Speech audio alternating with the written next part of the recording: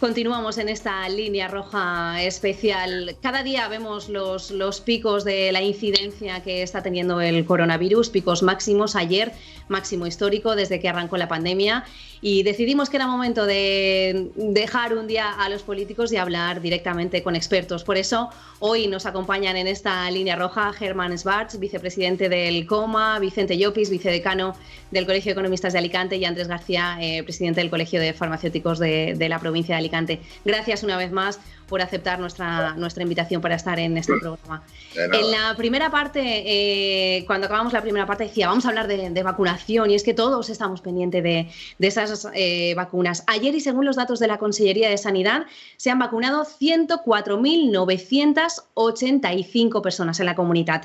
De hecho, ayer llegaban las nuevas dosis de la vacuna Pfizer a la provincia. En torno a 10.000 llegaban ayer por la mañana, y a mediados de febrero llegarán más vacunas para compensar la reducción que hubo la semana pasada. Con ella se administrará la segunda dosis en geriátricos y trabajadores de hospitales, pero ojo, porque todavía quedan muchos geriátricos que no han recibido la primera dosis. Germán, desde el COMA, ¿qué valoración hacéis del transcurso de esta vacunación? Sabemos que la semana pasada tuvisteis que poneros serios porque el colectivo, los médicos, los sanitarios de la privada no estaban siendo vacunados, y gracias a esa acción, finalmente la justicia puso orden y bueno, pues dijo que tenían que vacunarse, algo que Mónica Oltra dijo que se hará cuando empiecen a recibirse las vacunas de la Moderna. Sí, exactamente. Bueno, yo creo que se ha empezado con muy mal pie, y no será porque no hemos ofrecido nuestra colaboración, como siempre y nuevamente, y venimos advirtiendo este problema de la vacunación en la privada desde diciembre, en la primera reunión que se hizo telemática con Consellería. Aún así, pues han hecho lo que han hecho, y ellos sabrán por qué. Tal ha sido la cuestión que se ha tenido que proceder vía juzgado, y se ha admitido una medida cautelarísima que ordena el juez ha impuesto ya el auto que ordena a la Consellería a vacunar sin ninguna distinción con los médicos de la sanidad pública. Es decir, aquí las vacunas no son de la pública ni de la privada, son de todos los españoles, evidentemente, y así no se ha procedido por Consellería. Esto lo tienen que corregir, lo tienen en auto, y además viene dicho por juzgado que debe de ser vacunado el personal sanitario privado de la provincia de Alicante. Pero no solo afecta, primero, como primera opción y antes de gastar vacunas en cualquier otro colectivo, ¿de acuerdo? Esto lo hemos conseguido para los colegiados alicantinos. Colegiados nuestros y de otros profesionales sanitarios salen también beneficiados. Entonces, no solamente ha dejado de vacunar la Consellería a los privados, es que hay algunos médicos pertenecientes a la pública que están en la misma situación, como pueden ser los forenses, como pueden ser los médicos de sanidad exterior, como pueden ser los médicos de prisiones, que también nos han hecho llegar la misma alarma y queja a nuestro colegio, y que, por supuesto, los incluimos en todo nuestro tipo de reclamaciones y de preferencias. Yo creo que aquí lo que ha faltado es una programación de la vacunación ordenada. Hay unas instrucciones muy claras y específicas del Ministerio en cuanto a grupos de riesgo y cómo totalmente de sentido común y lógicas y bien hechas. Luego la traducción aquí no ha sido felizmente llevada, ¿vale? Entonces, ahora mismo ya hay, desde luego, una desigualdad establecida. Entre estos hay médicos de UCI que no han sido vacunados, y veremos a ver si lo vacunan. Y ya os digo, evidentemente, porque lo hemos hablado con los servicios jurídicos, que si se produce alguna cuestión distinta a lo que el auto del juez va diciendo, nosotros interpondremos en este caso una querella a Consellería por desobedecimiento, por desacato a la sentencia. Nosotros, desde luego, entendemos, y quiero dejarlo bien claro aquí, que las segundas dosis deben de ser puestas, y eso lo vamos a respetar, ¿de acuerdo? Por lo tanto, cuando se inicia una vacunación hay que terminarla. Por eso, Germán, ahora que dices tiene que eso, ser así. Tiene que ser. precisamente esa segunda dosis es la que le falta en torno a los 200 vacunados de manera irregular que ha habido en la Comunidad Valenciana, alcaldes, concejales, policías. Bueno, supongo que los tres colectivos con los que estamos hablando hoy habréis vivido con la misma indignación que el resto Pues de la sí. ciudadanía este modus operandi. Pero os pregunto directamente a los médicos, ¿vosotros abogáis por poner esa segunda dosis? Sí. A ver, no ponerla sería desperdiciar ese tipo de vacunas. Las cosas, la clínica, creo que en este caso, y la seguridad, además del resto de personas que rodean a estas personas, que evidentemente han tenido un comportamiento inadmisible, no sé qué calificativos utilizar, pero es deplorable, es carente de toda ética. Y yo creo que su penitencia no debe ser en que se les prive de una vacuna, que además hace que se desperdicien este tipo de dosis, las dosis primeras. Su responsabilidad lo que tiene que hacer es que dimitan de sus cargos si es que tienen cargos de responsabilidad. Es una falta absolutamente de ética y de responsabilidad y de solidaridad con la gente que realmente está en un riesgo altísimo y de primera línea. No quiero dedicarles tampoco mucho tiempo a ellos, porque al final este programa tiene otro objetivo, pero sí que me gustaría tener un titular tanto de los economistas como de los farmacéuticos en este asunto. Andrés. Poco más que decir. Yo creo que en el momento estamos hablando de la ética, pues comportamientos éticos y ejemplares por alguien que tiene que demostrarlo, ¿no? Respecto al tema de si hay que dejarlo sin vacuna como penitencia, yo estoy con Germán. No vamos a desperdiciar algo que ya está hecho. Es decir, por lo menos que sirva para evitar más contagios, ¿no? Yo os añadiría que estas personas, a pesar de que han hecho un hecho que es, por supuesto, reprobable, se han vacunado porque les han dejado, ¿eh? Y esto también hay que tenerlo muy en cuenta. Si hubiera habido unas listas de vacunación exquisitamente organizadas y cerradas, evidentemente, si uno no está en la lista, no recibe vacuna. Para eso tiene que haber una lista nominal, que la puede haber porque se ha vacunado a personal absolutamente estable y accesible a la Consellería, y tiene que haber un número de personas de reserva, por si sobran dosis. No hay más, así de sencillo. Lo que esperemos es que se aprenda al menos de esto. Vicente, ¿cuál es tu opinión? Bueno, nosotros como economistas, el tema sanitario poco podemos decir. Sí que hemos notado que como consecuencia de la pandemia, los ERTES, van que vuelan. Ha sido un trabajo extraordinario por parte de los economistas, los gestores, en cuanto a cuestiones de expedientes de regulación temporal de empleo. Y además, inclusive, se da una situación, amén del trabajo, de que no todo ha sido tan fácil. O sea, se habla de los ERTES, pero no, los ERTES, hay mucha gente que todavía no ha cobrado los ERTES. Ahora, el gobierno lo que ha hecho es, desde el punto de vista económico, ya sanitario no entro, es diferir la solución. Por ejemplo, se han dado o se han concedido préstamos para un plazo determinado, los ha avalado el Estado, el Instituto de Crédito Oficial, vencerán en su momento, habrá que pagarlos, todo eso. Entonces, lo que se está ahora es creando una consecuencia de que en pasar medio año va a haber un nivel de desempleo enorme, porque hay que contar, y escribí un artículo yo sobre esto hace ya un mes, de que la mayoría tampoco, pero una buena parte de las empresas que existen son empresas zombie. Es empresas que se están aguantando gracias a las ayudas o a los ERTES o a los préstamos o a los avales del propio Estado. Entonces, nosotros, ¿qué podemos decir de eso? Podemos decir que esta pandemia es una cosa que yo, por lo menos, o mi generación, yo tengo 77 años ya, no lo he vivido nunca, no lo he visto.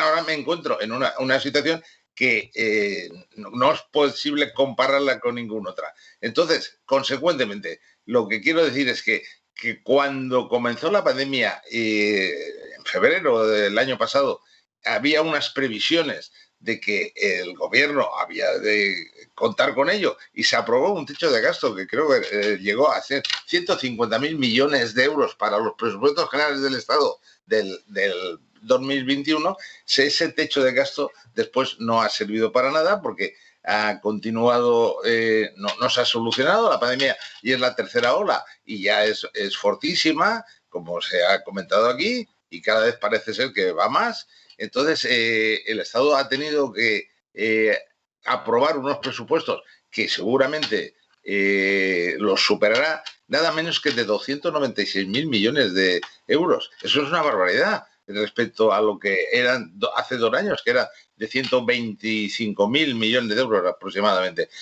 Quiero decir que desde el punto de vista económico, esta pandemia va a suponer una disminución enorme de la economía española. Si estábamos en el lugar, llegamos a ser el 8º país del mundo en producción, ahora somos el 16, seguramente seremos el 25 o el 30. Va a haber un desempleo enorme. Yo creo que cuando afloren las suspensiones de pago, que ahora no se pueden presentar porque el gobierno ha dado un plazo hasta el 14 de marzo diciendo que no admite solicitudes de quiebras y lo que se llama concurso de acreedores, pues todo ello quiere decir que vamos a salir, bueno, por decirlo en castizo y no extenderme demasiado, la pandemia en este año 2021 de 2020 nos ha supuesto unos 300.000 millones de euros, así, 1.000 millones de euros diarios. Y para este próximo año 21, pues a lo mejor no tanto, pero también.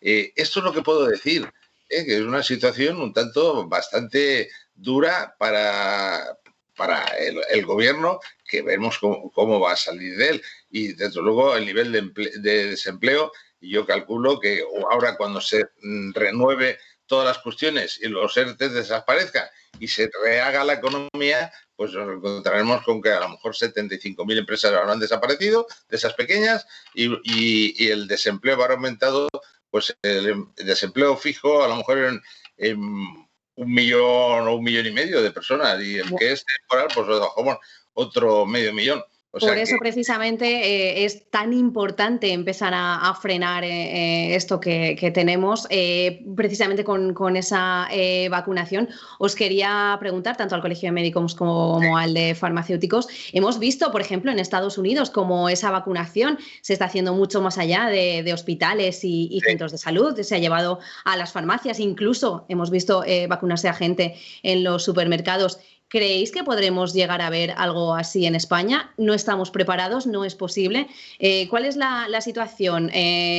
Por ejemplo, los farmacéuticos, ¿qué os parecería vacunar en vuestras farmacias?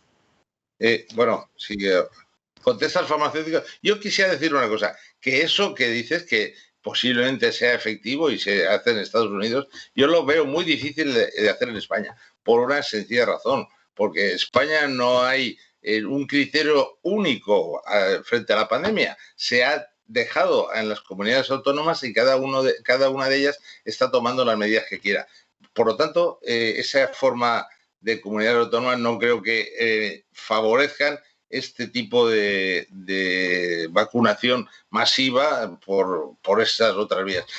No hay nada más, hay que ver una cosa. El pasado jueves hubo una reunión de la ministra de Hacienda con representantes de las comunidades autónomas para ver cómo reglamentaban, no para repartir, cómo reglamentaban el dinero que supuestamente va a venir de Europa, que son 140.000 millones, se está hablando de ello hace ya años, y fue tal algarabía que no se llegó a ninguna conclusión. Se levantó toda la mesa y se fueron cada uno de un lado. O sea que lo veo que inclusive y desde el punto de vista de la política general española, está dando unos bandazos que no los entiendo. Colegio Oficial de Farmacéuticos de Alicante, ¿cómo lo veis vosotros? Vamos a ver, nosotros estamos en una situación realmente excepcional. con unas colapsos y falta de personal en muchos ámbitos. Nuestra propuesta en eso siempre ha sido colaborar en todo lo que hagamos falta. Como profesionales sanitarios, seguramente antes que en supermercados, entiendo que estamos ahí y mucho mejor capacitados que otros sectores. También quiero decir que el modelo americano o el modelo anglosajón no tiene nada que ver con nuestro modelo, ni en accesibilidad ni en otra serie de matices. A partir de ahí, es un ofrecimiento a lo que hagamos falta, insisto, profesionales sanitarios. No entendería si no lo entiende la población y si no hay unos criterios muy claros, como en todo, y ya hemos hablado antes en cuanto a las listas, a la coordinación por parte de los profesionales, a los protocolos bien definidos. Es decir, hay una serie de matices muy importantes y que hay que aplicar con muchísimo detalle y muchísimo cuidado para que esa situación se pueda aplicar. Insisto, ahí estamos para lo que hagamos falta y siempre lo hemos dicho de la misma manera. No... Germán, desde el coma, ¿qué pensáis? Sí, yo opino, sí, efectivamente es una decisión que tiene que tomar la propia Consellería. Ofrecimientos los hay, como veo, por parte de los farmacéuticos, y los hubo la semana pasada por parte de los hospitales privados. Los hospitales privados, que algunos de ellos vacunan habitualmente, por ejemplo, de la gripe, en esta ocasión se les ha dicho que no, ¿vale? O sea que más preparado que un hospital, aunque sea privado, para vacunar posiblemente no lo hay. Pero bueno, estamos en el mismo ciclo y el día de la marmota de ofrecimientos, ideas, iniciativas que se ponen encima de la mesa de la Consellería y que no son tomadas en cuenta. Para esto, evidentemente, hace falta una buena programación, como ha dicho el compañero de farmacia. Tiene que hacerse con una seguridad, tendrá que haber un personal cualificado, en este caso médico e enfermería, para ponerlo y, sobre todo, pues, si hay alguna reacción vacunal, pues actuar con unos protocolos de seguridad que hay. Es perfectamente posible. De hecho, hay ofrecimientos para poder vacunar en espacios abiertos, grandes, que no interrumpan con los centros de salud que ya están, por supuesto, sobrecargados, y si ahora se pretende vacunar a toda la población, además les van a hacer pasar por un centro de salud en el cual estamos diciendo que por favor no vengan mucho. Entonces, claro, bueno, parece que la cuestión no tiene mucho sentido común, es una contradicción. Evidentemente se pueden poner circuitos alternativos, etcétera. Pero bueno, si ya sabemos la que se monta cuando hay que hacer la campaña de vacunación de gripe, que os recuerdo que solamente afecta a los mayores por edad, de 65 años, y tenemos 2 meses de un trabajo, un mes y pico prácticamente dedicado a esto, por enfermería, pues imagínense ahora tener que vacunar a toda la población en un tiempo que han estimado hasta verano, y cuando ya, con lo que hemos empezado, tenemos retrasos de más de casi 20 días respecto al plan previsto. Yo creo que, evidentemente, es muy interesante valorar y bueno, y así se les ha dicho, sitios masivos de vacunación con todas las seguridades posibles, independientemente de que pertenezcas a este centro o no. Es posible hacerlo, evidentemente, de una manera más amplia, creo yo.